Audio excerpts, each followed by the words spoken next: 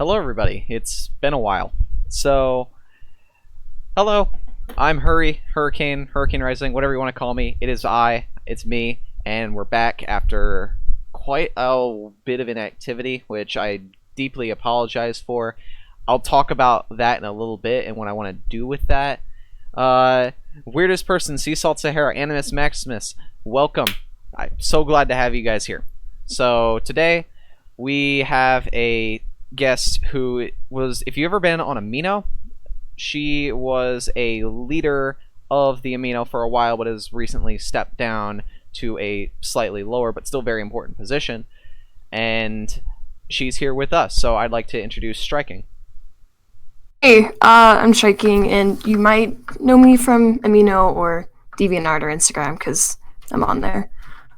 On Wings of Fire Amino, I've been creator in pretty much like every other rank you can think of So you've a been lot all of over times. you've been all over the place. Yeah, Well, everybody. first I was helper, and then I was curator, and then I was back to helper, and then curator, leader, head leader, and now I'm curator. It's really confusing, but yeah. So why did you step down from being a leader or a head leader? Isn't Uh, that like such yeah, an head honor? leader.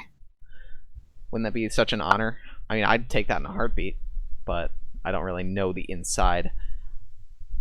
Uh, Well, I wasn't really prepared for being a head leader. I, like, kind of didn't want to be a head leader because it was like really stressful and I knew it'd be really stressful, but I just really wasn't doing my job well and I was super inactive.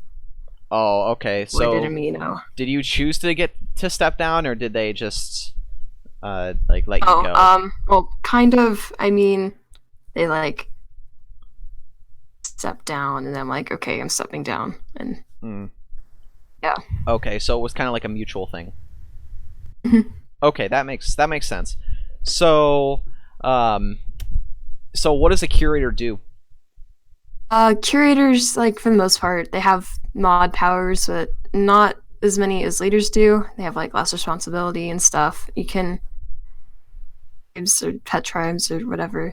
You can disable posts and profiles, Okay, moderate everything. Generally, you don't have the same powers as like an admin would, though. so they're like the moderators, basically. That's Yeah. what a curator is. Okay. Um, so so the Wings of Fire amino is what you watch over, essentially. I guess you could say now. And it has quite a bit of people. I'm looking here. It has. I'm pretty sure there's like a number somewhere. Something 26, probably somewhere around that. 26,000. Yeah, probably. I'll check. That's pretty unbelievable, really. That's Oh, there's a a lot of people. that's a lot of people. Oh, yep, here it is. 26,283 members. Unbelievably high amounts of activity. That's that's pretty that's pretty amazing, really. Yeah. So so yeah, you've been there. So you've been with that for quite a while, I suppose. Um, I really started getting active on there like probably April or something last year, and rank on there, and I kind of started that whole thing because I like to help the curators and leaders a lot. Okay, so you just became friends with some of the leaders or something like that, and they kind of bumped you up the ranks a bit. Well, I mean, I noticed like one day someone was inactive, and I was like, "Hey, they're inactive," and they just demoted them on the spot, and they're like, "You're promoted." And I'm like, what? Okay. Nice. So I've been in Amino for a little bit. I'm not really 100% active, not as active as I am on some other platforms, but I check every day, more or less, Yeah. almost every day, and it's really awesome the amount of dedication that people have. And I'll go and at 2 o'clock p.m. or 2 p.m. or something like that, I'll check and there'll be a tons of new stuff I haven't seen. Then I'll come back 1 hour later, 3 p.m., and there's a ton of other stuff I haven't seen. It's really unbelievable the amount of dedication that the community has, and it's must be really humbling that you are a major figure in it in a sense, or you're a major Yeah. helper for it, I suppose now. Yeah. So, uh, I kind of want to talk about something that I've been sort of developing over the course of a few years. It's a tradition that I do, and it's been really restricted to DeviantArt, but I plan to branch it out. So some people here might know about the Wings of Fire Awards, and what that is a very it's an award show really. There's not much to say about it, but it really is Wings of Fire exclusive. And in the past, it's mainly been a art related thing with no other deviations to it. It's just art. There was a writing. Hey, welcome, Cat. Good thing that you're not here last minute. Well, it's was originally basically entirely art. Then I added a single non-art category. But this year I wanted to change it up a little bit, and I am including this year Instagram and Amino in the pools. Oh. And that's why I wanted to talk to you about this, because I know you're so big on it. I plan to include Instagram and Amino, and I'm adding in more accounts to compensate for that, and it is no longer going to be an art exclusive thing. It's just going to be creation in general. So that could be art, that could be that could be writing, that could be music, that could be animation, that could be a multitude of different things. And I'm still in the process of putting everything together and making it all one big compact thing that just works really well, and it's all symbiotic with each other. But we're getting to that point, and by we I mean me. I'm the only person that works on it. So I wanted to talk to you, Striiking, and I kind of want your opinion on it. I want to know what you think about a whole award show, or an idea for such an award show. I think it'd be really fun. I've actually seen the awards a lot on DeviantArt, I think, in the past years. Yeah. And I was like, wow, that's pretty cool. Yeah, so It'd just be like awesome to implement it onto Amino and Instagram, because there's a ton of good people on there too. I figured there's a lot of untapped potential because the smallest community is DeviantArt. Actually, Instagram is the smallest community. But Well, DeviantArt kind of. The Fire Amino probably is. Wings of Fire Amino is the biggest one by far. Did I say biggest? I meant smallest for DeviantArt and Instagram. So, DeviantArt and Instagram are pretty small, and they're just microscopic in comparison to the magnificence and giganticness, whatever the word may be, of the Amino. So I wanted to branch out to there. I feel like there's a lot of great people there that really deserve to be rewarded for what they've done. Yeah, there's a ton of awesome people on Amino. I know they would probably love the Wings of Fire Awards being on there too. So, all right, I'll see you in a little bit, Sea Salt. So I'm pretty excited for it. I think that there are 8 or 9 categories right now. That's gone up from 8 last time and 6 from the time before. If you want to count the subcategories, that'd be like 32. My God. But yeah. So I want to just really quick talk about that. I'm gonna really quick just explain it and explain to you guys what it is, and then we'll get back to this. I'm sorry, I didn't mean to eat up this much time, but I'm just gonna really quickly jump through it and explain what it is. It's basically an award show, and everybody nominates people for categories. You don't enter yourself in. Everybody just looks at what you've done, be it your portfolio or various things that you've written or various compositions that you've created. They'll just go through them and they'll say, hey, I want this person to be nominated for this category. The voting goes on for about a month. I go and I check the top 4 for each category. I put them up. People vote on those top 4. The winner wins a prize pool that everybody can contribute to. So that can be just some random person says, I'll donate art of this caliber to this specific category for the person that wins. So the community gives to each other.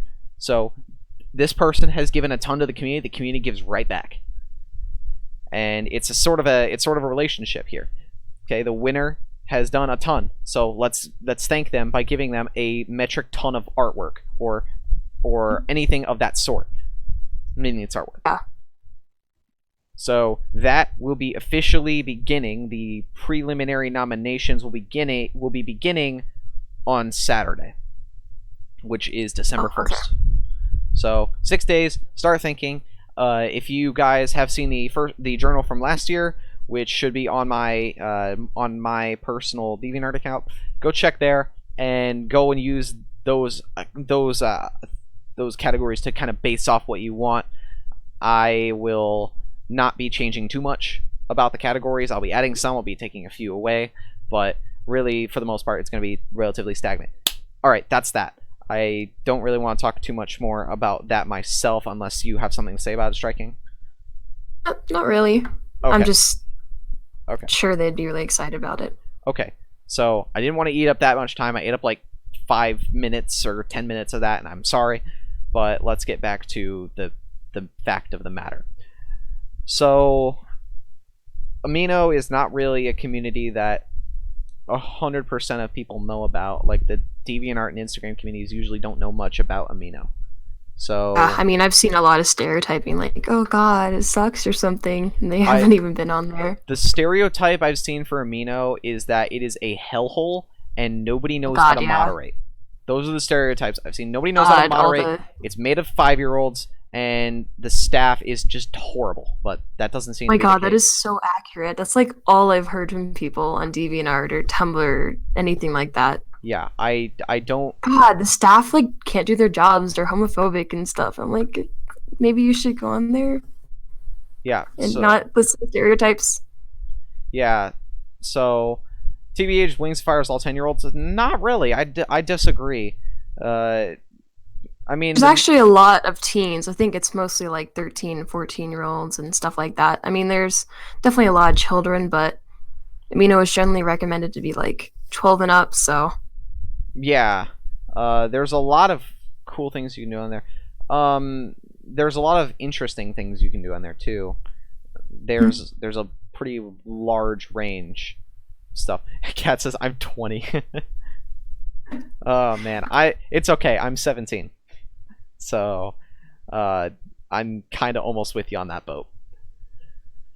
But I mean, I think that there's a lot of cool things on there. There's a lot of opportunity. Rhino's in his late 20s. Rhino's in his early 20s. I think he's 23. Great guy, by the way. Super genuine person. Nicest person I've ever met, really.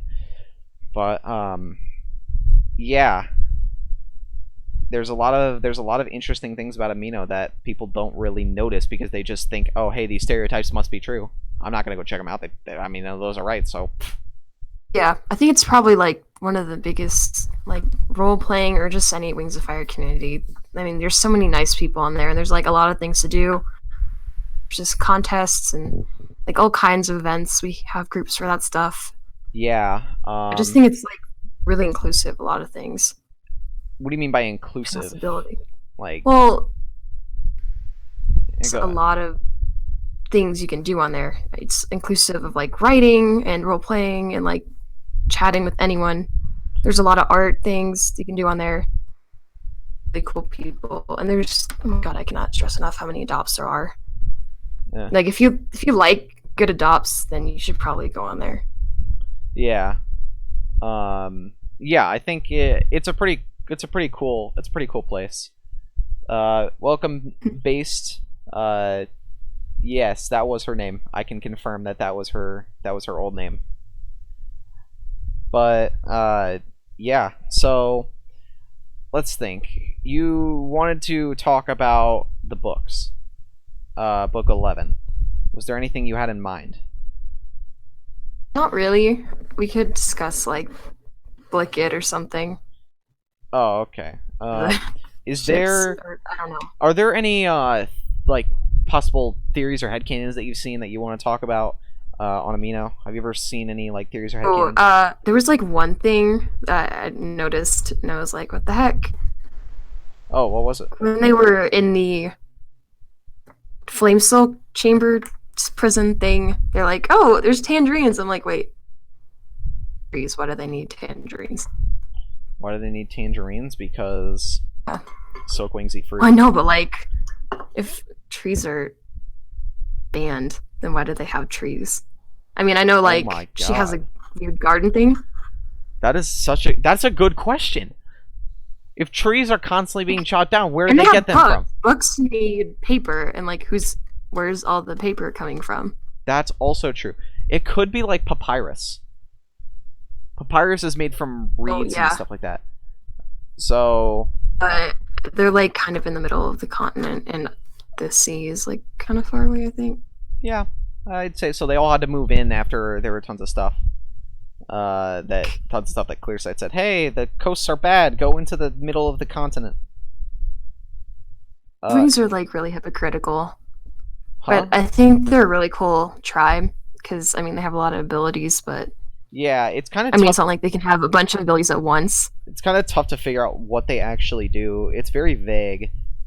No, they're like they can have this ability. Wait, no, they can have this ability, and it's like that one old lady thing. It's like a Scarab, queen wasp or whatever. Lady Yeah, Scarab, her in the like horrible smell thing. And you're like that wasn't mentioned in the abilities. yeah, They do. yeah. Um, oh, Base says, wait, book 12 was announced. Yes, It's the Hive Queen. the Hive Queen. It It is has a going. really cool cover, actually. Yeah, it's really nice. Let me see if I can actually get a graphic of it. Let's see. It's coming out next month. December 26, 2018 is the expected release date. I'm asking for that for Christmas. Yeah, I'm probably gonna go pick it up at the bookstore or something. Right. Let me just go. Okay, I really need to just grab this, just do an image. Okay, where? Yeah, the 12th book is in December. Yeah, it's coming really soon.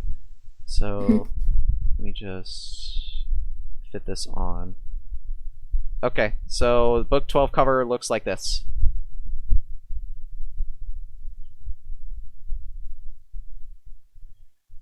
So it's really nice. I really like how.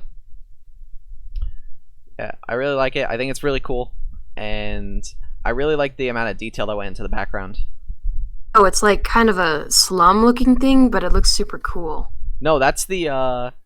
That's the. It's like a marketplace. Right, yeah, you remember the central Oh, marketplace? it's the walls. I know. It's the walls of the hive. Yeah, and they're like it's like a That's honeycomb. really cool. I didn't. Yeah, it looks really nice, and Cricket looks incredible. Who needs a That's stomach anyway, weird Cricket? how they weird how they keep changing her design a lot. Like you see it on the cover of the Lost Continent, and you're like, wow, she has this specific design, and then they're like, oh no, ink spots. Well, I mean, yeah, their whole black scales changed from dragon to dragon. So, No, I think it's really cool to like try to base patterns off of hive wings because they have a lot of possibilities with that stuff. yeah, I think it'd be. Hey, Moonbreeze, welcome to the stream.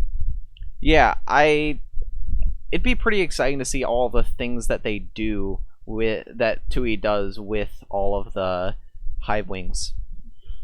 I want to see like their new abilities and stuff. Yeah, me too. Just like just like any of their, or like what happens in the tribe, because we only saw it from Blue's point of view. Right, we only saw it from Blue's point of view. Now we're gonna see it from Cricket's point of view. I think It was like all the stuff about the hive. and we're also gonna see what happens with Luna. Yeah. Yes. I was like, wow, that's actually Luna. That was Luna's kind of weird though. Like she just got swept off in the storm. Yeah. How did that happen? I'd like to. I don't know. Can I just talk about that for a second?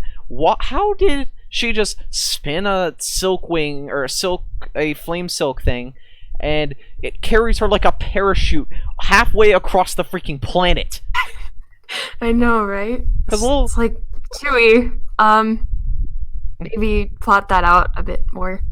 I mean, I don't know. It's like it's kind of I don't a understand. good way to get her there, but I don't understand. I don't get it, but it's whatever. I'm just gonna assume it's plot magic. Uh, Air, you know, yeah, we just don't question those things. yeah. Arrow says if book The 12 is main thing another will be if book 12 is another royal family member explained. revealed, I'm gonna shake my head. Watch, watch. So watch that be the reason that Cricket doesn't get mind controlled because she is the daughter of Queen Wasp. Be like really weird, but wouldn't she keep tab on her or something? That's a good question. Flame Silks produce Like plot when she devices. It's a hidden ability. it totally is. Yeah. Silk Wings produce silk. Flame Silks produce plot devices. Okay, the Flame Silk prison is like kind of creepy though. Like just how Why? enthusiastic Admiral is. It's just Yeah, because I love this place. I'm in prison. I think he actually just went over the deep end. I think he just his all of his sanity just went right down the drain, right out the back Like window. yeah, I love my life. Plus, I got one tangerine because I'm so convincing. Yeah. And then he keeps writing letters to Queen Wasp, but Mhm. his his letters are falling upon deaf ears because I guarantee she does not read a single one of them. Oh my god, she doesn't. Oh, one thing I found like really interesting in the book, Yeah. Admiral has escaping the. Stockholm syndrome. My god, no. When Blue was escaping the flame silk thing, um, like has plant powers. Talks about that. Yeah, the Leaf Wings. What about it? Not the beginning, but like when they met Sundu, and I think when they were going to the hive, they're like, "Sundu, you were born for this." And That means to make her have powers and stuff. no. They groom. They basically. I wouldn't say groom. They raised Sundu to steal the Book of Clearsight and overthrow Queen Wasp. Oh, actually, That's where is the Leafwing camp? uh the Leafwing camp is in a greenhouse, in an abandoned greenhouse underneath one Oh, of the like hives. the actual, where not. where the Leafwings used to live. Oh, like where they are right now, like the anarchy camp or whatever. I don't know. I think just Sundu and her parents were in the greenhouse because they were like planning on selling the Book of Clear Sight. I don't know. Or all the other ones. It's not really known where Cricket and Sundu run off to. All we know is that Blue was captured after they stole the book, and the librarian just let her go. Let the three go. No. Okay, Queen Wasp is like really creepy though. Yes, she is. We haven't even seen her. No, she just like controls the librarian, and I was like, wow, that's great actually. You ever seen the movie Alien? Oh, I haven't, but But like you- I've heard of it. So yeah, the whole xenomorph thing. Has anyone here ever played Alien Isolation? If you have, then great. If not, just basically you're on this ship or this spaceship or this giant like space station, I should say. You're on this space station, and this xenomorph gets onto the ship or the station and starts killing everybody. The whole place gets thrown into anarchy, and it's a complete hell. The thing that really is crazy about the game is that the alien is always watching you. It's always following you, and it is always nearby, and you are never not in threat of it. God, that's so creepy. Mm-hmm. So there are vents all around. He travels through the vents, and then he'll just jump out, Oh, and then he'll start looking around for you. If he doesn't find you, he'll keep looking. If he still doesn't find you, he'll jump in the vents and he'll go somewhere else. But then he'll come back, and he always comes back, and you will almost never not get found. And if he sees you and you try to run, you will not be able to make it. You will die. So jeez. it gives a atmosphere of dread, and it gives a whole tone or mood or whatever you want to call it of there is something that is constantly after me, and I need to keep going. And it's terrifying, and I don't know what it is, but it is always there, and it is always a constant threat to me. So that is Queen Wasp. Yeah, pretty much. I mean, she's just so creepy. I mean, how does she even develop that ability? Is it like she become royalty because she has it or something? I wonder if it's like how bees act. So when the queen bee dies, a new bee eats something. I think it's called like Kind of. royal jelly or royal honey or something like that. And then What that, you're talking about? huh? But I think she like selects princesses or something. I don't know, but I think that like bees in colonies, they one will eat like some kind of royal jelly. I think that's what it's called, and then their fertility rates will boost up unbelievably high, and they will constantly lay eggs, and then they become the new queen. Yeah.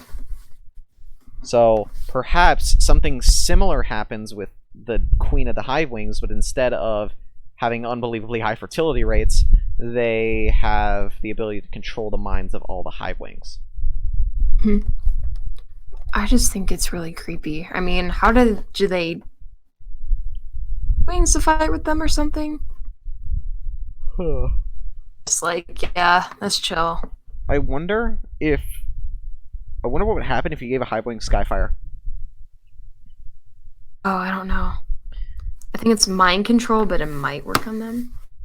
I I don't Not think mind it control, would. but like mind reading. Yeah, I don't think it would. I don't think it would work. The mind control. I don't think it will work on them because if it can block mind reading, it can block all mental stimuli that is That would coming be like in. really cool though when Moon and Keebly go to the Lost Continent Mm-hmm. and they like Skyfires. Wait, never mind. She wouldn't need it. But like they give other High Wings Skyfire for some reason. I don't know. Yeah, the only one with Skyfire is Turtle. Turtle's the only one that actively carries Skyfire with him. He has it in his armband and gave it to like his friends. No, he's had the armband. He gave some of them actually. Actually he did give some to others. He still has like some Skyfire in his armband, I think, but he did give dragons. He did give some people things. But I think it'd be cool. Lady Scarab is the Hive Queen. No.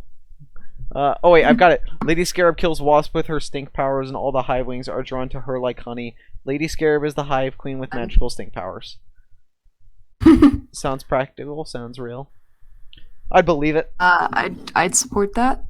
Oh well, yeah, would you? It is now Come on, canon. Lady Scarab, you're I'd love Wasp. I'd love to get I'd love to get some people on here that are really into like theorizing about stuff and Yeah. just start blowing their minds. Or have them blow our minds. That'd be hilarious. Just to watch everybody freak out. Oh my god, never thought of this before. Yeah. Just hearing stink powers makes me want to read book 11. It's a pretty good scene. If you haven't read it, you gotta read it because it gets really good, and it's like it's widely considered that book 10 was a bad book. I disagree. I think it was really good, but book 11 is one of the best in the series. It's really I good. really enjoyed it. Yeah. Like, I might not have picked it up for a few weeks, and I did. And like, wow, why didn't I read this? Yeah, it's really good. I don't understand though why everybody hates book 10 so much. I guess I can actually kind of see why. Well, everyone's like, oh my god, the ending was so rushed, but I think it was like a really good ending, minus the whole Kinkachu being behind it part. I think it was pretty good because everybody was saying give Kinkajou some love. Let's make Kinkajou the one that takes down Darkstalker. Yeah. That's perfect. Everyone was like freaking out, like, oh my god, Anemone has a crush on Tamarin. I think that I don't really agree with. I think that was stupid. That's a dumb move because they never associated with each other once. I mean, usually crushes are kind of like, wow, okay, I like you, suddenly or something. Yeah, Or like given more time in the books. Yeah. Because you see it later on when everything's like calmed down. Yeah, they like people can call me homophobic or whatever, but I don't really like the whole Anemone Tamarin thing. I don't. I mean, I really don't think. I mean, Tamron might like her back, but I'm pretty sure just that's might going to not. be a thing. Most crushes in the series tend to become something greater. So, like, Pretty think of much. Riptide and Tsunami, Clay and Peril, Deathbringer and Glory, Starflight and You Fate and Speaker, Kiwi, Sunny Winter, and just Sunny. I feel bad for Sunny. Kibby no. and Moon. Actually, I think she's like getting a mate called Meerkat. No way. Yeah, I think there was like a theory on Wings of Fire Mino a while ago, and someone said like, well, it's a sandwing, but it's a sandwing we barely met, so it's Meerkat. So now there's just a ship called Suncat. Oh. Be real, Is but Meerkat male or female? it's a guy. It's a guy. Okay. Sunny X Clay. Please stop. Sunny is the best ship. Yes. Sunny X Sunny. Yeah, just often. Yeah. Maybe her friends, but that's it. Yeah. I mean, Sunny's happy. If she's happy with her whole thing, she wants to be by herself, then that's cool. She can be everybody's best friend. That's her deal. Yeah. Oh, did you ever hear that thing that Tui said like What? when Book 11 was about to come out? She's like, "There's a protagonist, but Wait, who say could that be again. Sundew." Repeat that again. Repeat that again. He said there's going to be an LGBT protagonist in Book 11, but there wasn't one, so it might be No, Sundew. in the third arc. Well, in the third arc, so Yeah. I don't So know. I think it's Sundew, I'd bet it's Sundew. probably. I We'll have hope to wait till the Poison Jungle. I really hope though that the series does not just pander. I don't think like if a character is gay, then that's cool. If they're lesbian, then that's cool. If they're LGBT, that's cool. Whatever, I don't care. That shouldn't be the focal point of their personality. I want Yeah, I to, get. yeah, I'd like Like, to, just any ship shouldn't define them. They don't have to be in a relationship. They don't have to like focus around love or anything.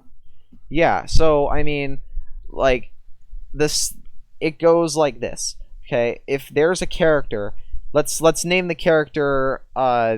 I don't know. Let's name the character something. Bob. We're gonna name him Bob. Okay. So Bob here, he is gay. All right. He's the protagonist of book 14, and he's gay, and that's everything about his character.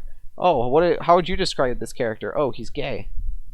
No, exactly. It's That's a like whenever bad. people That's say like I don't mean to when sound you see like homophobic or anything, but that's just bad character design.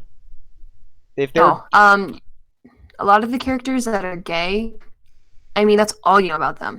Gay or like a lot of asshole gay people or dragons or whatever in the series, like Snowfox, Snowflake, um, like probably half of them are just yeah, like Snowfox and like Snowflake, the they only had other thing you can tell about them. like they had these pretty great personalities, and they had this whole story behind them, and they have like all this personality. They have different things that lead them to that point. They just happen to be gay. That's cool. That's fine. I actually encourage that.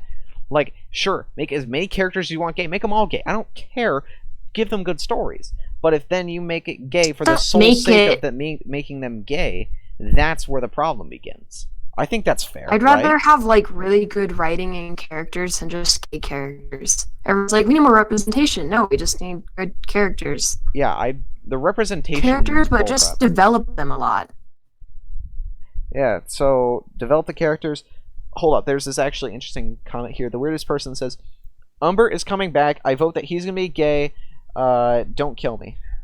Yeah, that makes sense. Love Umber. Watch it be Umber.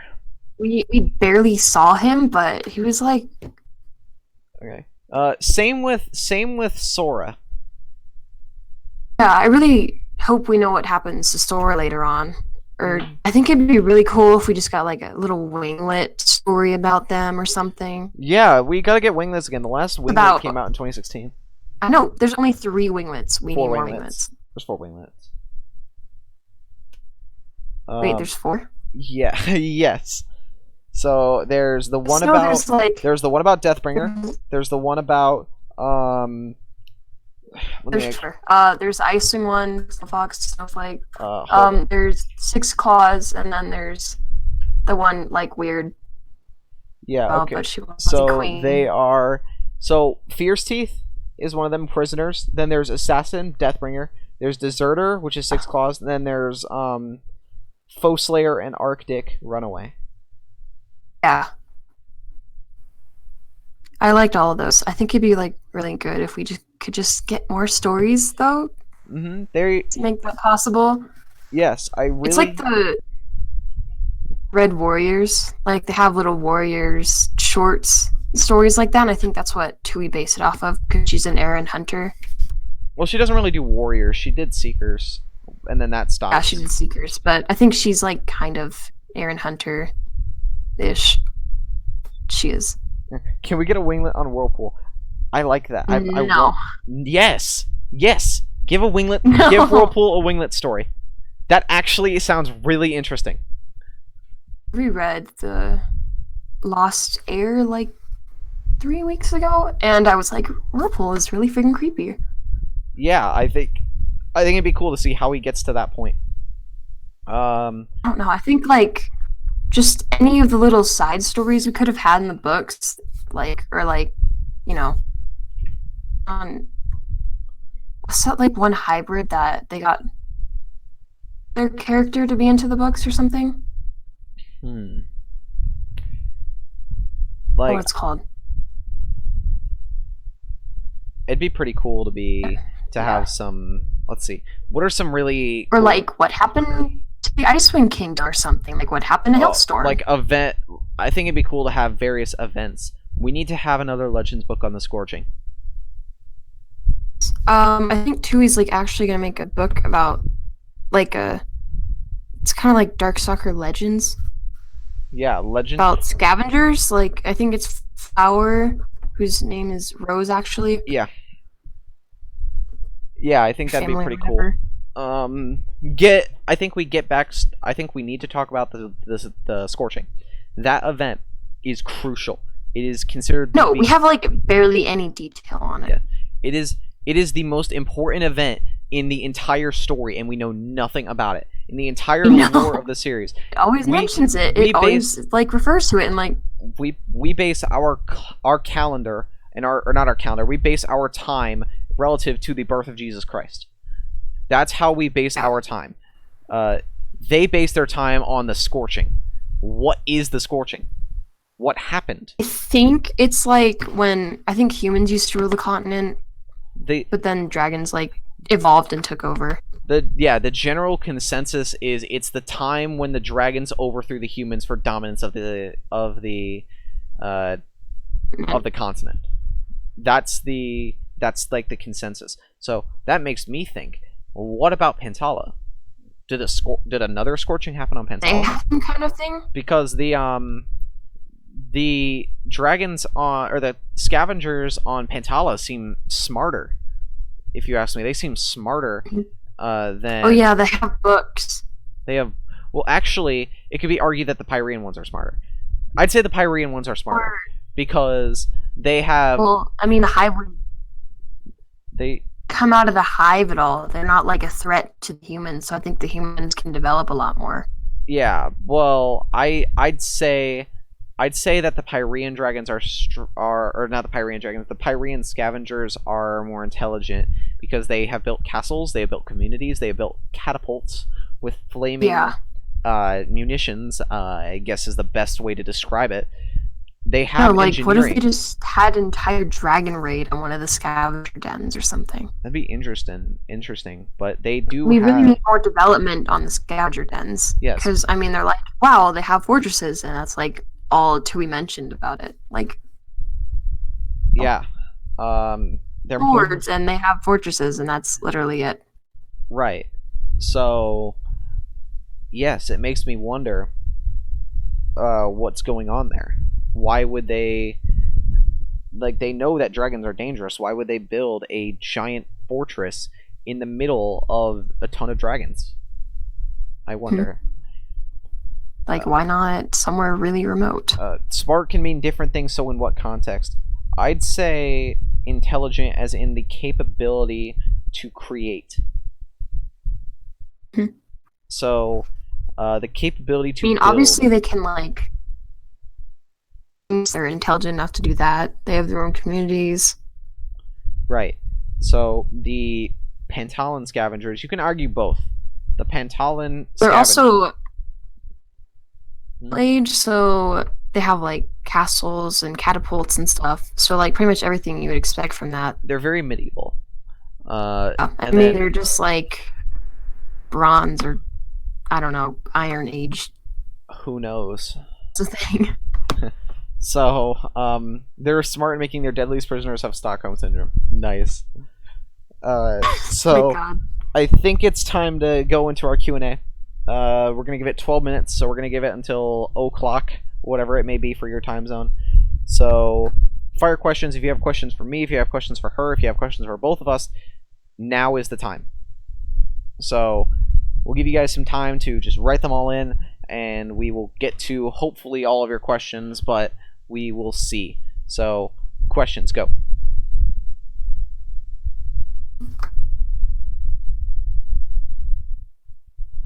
I put up the Jeopardy music, but I don't want a copyright strike.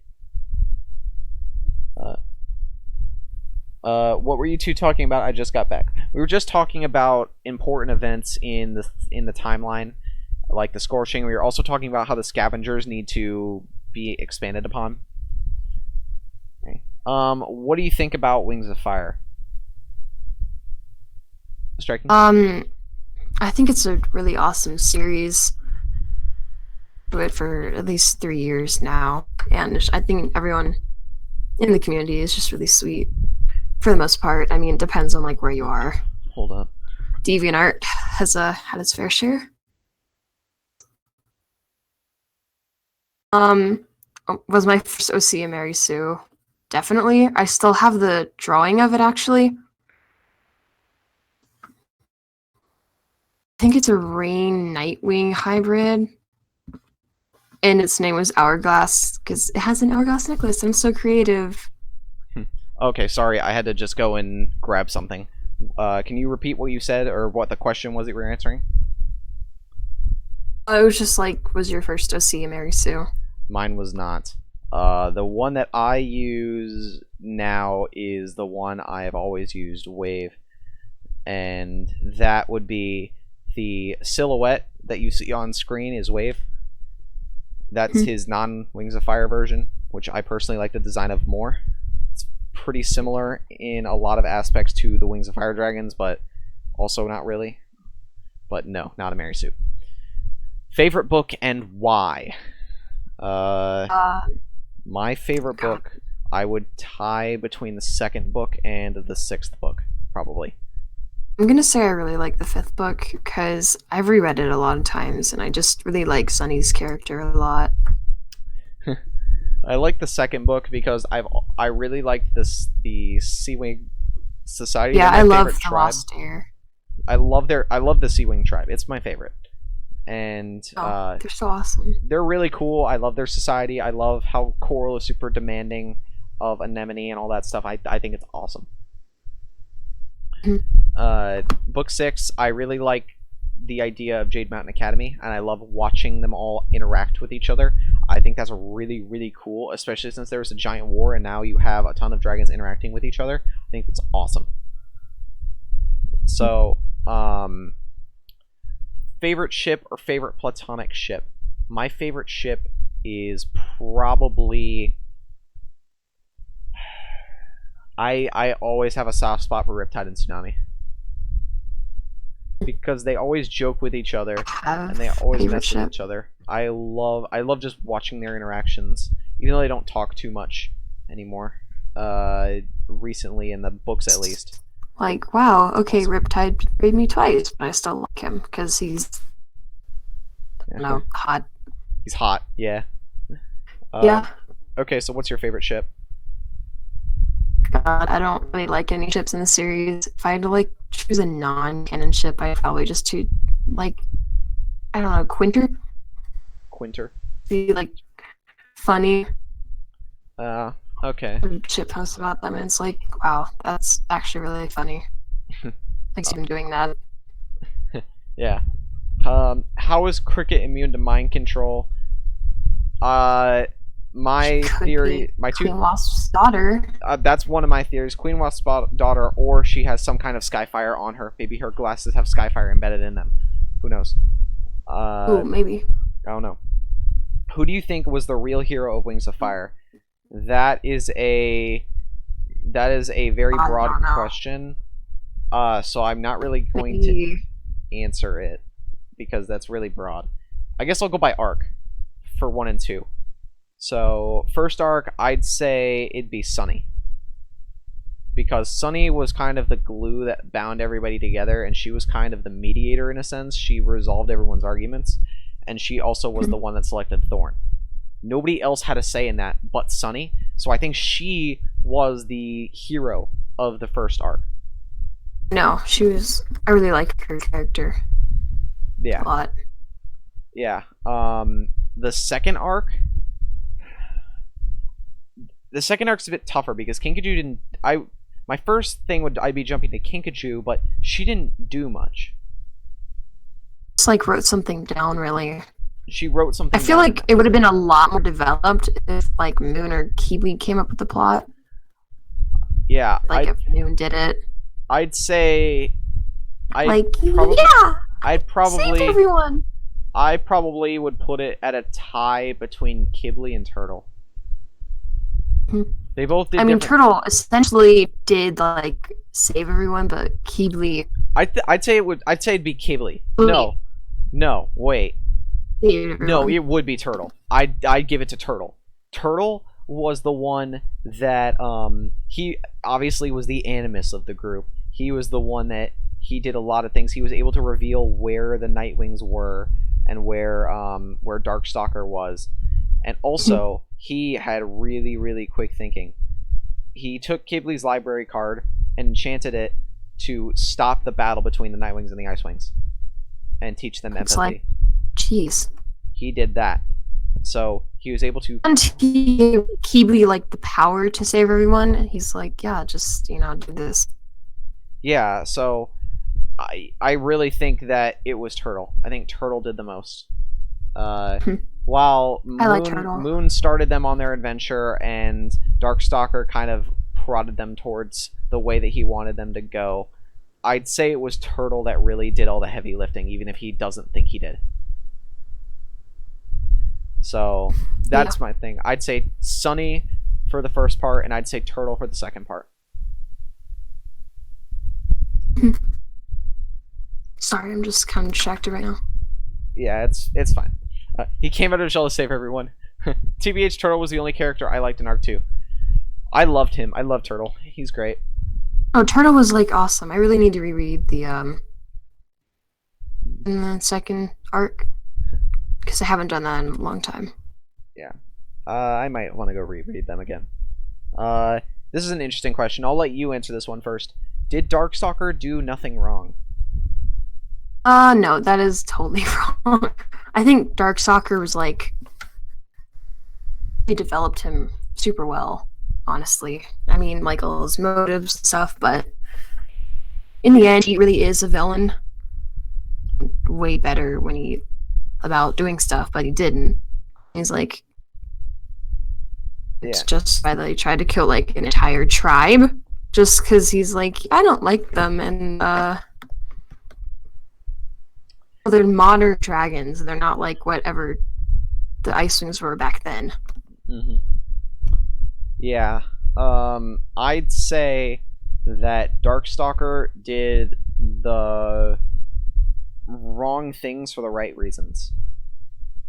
He had good intentions. He had only good intentions. He didn't intend to cause an unbelievable amount of harm and suffering and pestilence and pain and death and all that to everybody. He just wanted to do what he felt was right. The only violent thing he really did, like the only downright violent thing he ever did, was make Arctic disembowel himself.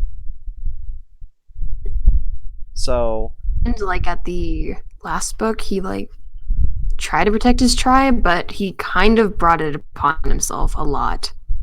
Yeah. Sick, he made them angry. Yeah. He's just like the whole reason they were suffering. So justified it all for like what he did. Yeah, I mean, he really did care. Think about this. In the ninth book, yeah, it was the ninth book, Darkstalker goes back to the old Night Kingdom and sees the ruins of it. Then he realizes they all left and they're all suffering because of me. Because I was the one that drove them to the island. I drove them to the island because they were all afraid of me. They saw me force my father to kill himself in public in an extremely gruesome and violent way, and now they suffered for eons because of they feared like any kind of power, they mind reading or seeing powers or whatever. Yeah, probably felt like any dragonets that turn out like him. Yeah. And then his only love, Clearsight, abandoned him because she knew he would become something terrible, and he felt guilty for that. He felt responsible for that, so he cried. And that was probably in the end, probably the most emotional moment in the entire series. He didn't try to make amends at all, though. He just like making things worse again. He didn't learn. He's like, I want to copy your Clearsight. Yeah. I really don't think he was justified in any way for like what he did and tried to like kill the tribes and stuff. Uh-huh. So, I think that overall here's another thing, right? He wanted to protect his tribe. He didn't go and fight the Ice Wings and bring a plague to them because of sheer malice and being evil. He did it because he felt like he needed to do what was best for the tribe. So, reason one is because he feels like he feels like the Ice Wings should pay for taking Whiteout away, or for almost trying to. Arctic tried to take Whiteout away to the Ice Kingdom and put a spell on her to basically make her think that this was the place for her to go.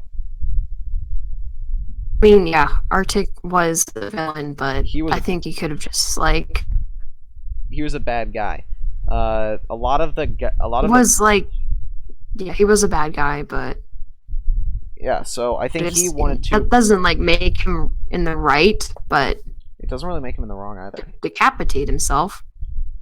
Yeah, it feels like. Yeah. Put him in prison or something, but geez, well, much. Yeah.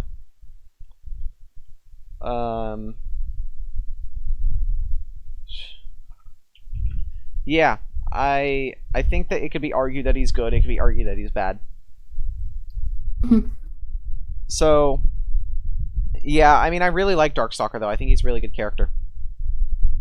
He was really well developed. So, yeah, so, one more question, I think. No, actually, I think that's gonna be it. So, thank you guys for coming to the stream, and thank you, Striiking, for joining me. I really appreciate it. So, I think that's going to be the end. I want to really quick say something. Before all of you leave and pack your bags, I want to say something. I think that, obviously, I haven't been doing a very good job of keeping the... What's Striiking's DeviantArt? You can find it in the description. Go ahead and take a look. It's also just Striiking with two I's. Striiking. But anyway, I haven't been doing a very good job of doing the whole weekly thing, so I think I want to make it once a month. And my reasoning for that is if I do once a week, every week, it causes a lot of problems. And because I run out of people faster. I don't want to do a podcast with people that nobody has ever heard of before. I I want to do it with people that people have heard of before, and they say, "Oh, hey, this person's pretty cool," and they'll tune in because they want to learn more about this person and their ideas. It wouldn't make sense to bring in somebody that nobody's ever heard of. It from a purely logical standpoint, it just doesn't make sense. So, to maximize the amount of time I have with this podcast, I want to make it once a month. So, I think I'm gonna do the first Saturday of every month, like the first full Saturday minus December. I'll probably do that in like the middle of the month. But I think I'm gonna do it on the first Saturday of every month from now on. I'd have more stuff to talk about too. Yes. Sometimes I'd kind of struggle to talk about new things, and I didn't want it to repeat. But this time around, I felt like we had a lot more to talk about, and a lot more to discuss, and I think that that's great. So, again, I want to say really quick that the awards. Go and check out my DeviantArt. I'm going to post the link really quick to the awards page, or the awards Discord. So go ahead and join that for more information and whatnot. If you guys are interested in that, there's the Discord link. Go and join it, and I think that's it. So again, once a month, first Saturday of every month is the plan, and go and make sure you check my statuses and my journals and stuff like that to stay completely up to date. If you can't click it, just copy it and then paste it into your web browser. So that's it. Thank you for coming and talking with us, Striiking. It was really fun. Glad you thought so. So, thank you guys, and I will thank you guys for coming, and I'll see you guys next time. See ya.